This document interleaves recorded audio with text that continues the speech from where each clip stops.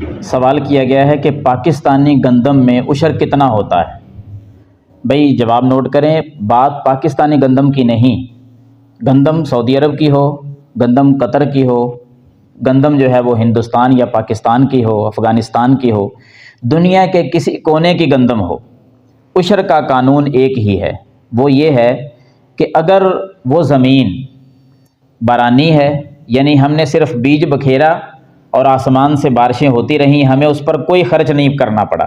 ایسے ہی فصل حاصل ہو گئی، تو رسول اللہ صلی اللہ علیہ وسلم نے فرمایا کہ ایسی فصل، ایسا غلہ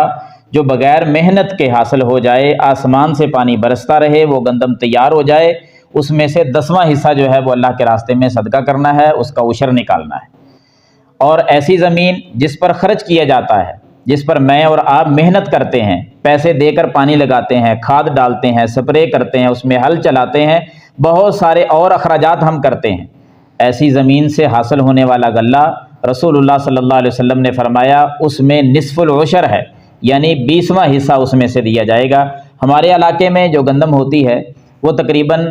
اس پر اخراجات ہوتے ہیں،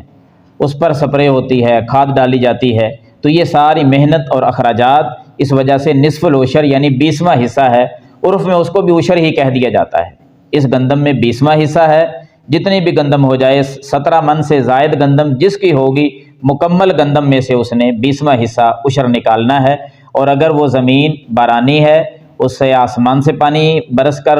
سیراب کرتا ہے، خرچ نہیں کرنا پڑتا، پھر اس میں سے 10واں حصہ اللہ کے راستے میں خرچ کیا جائے گا۔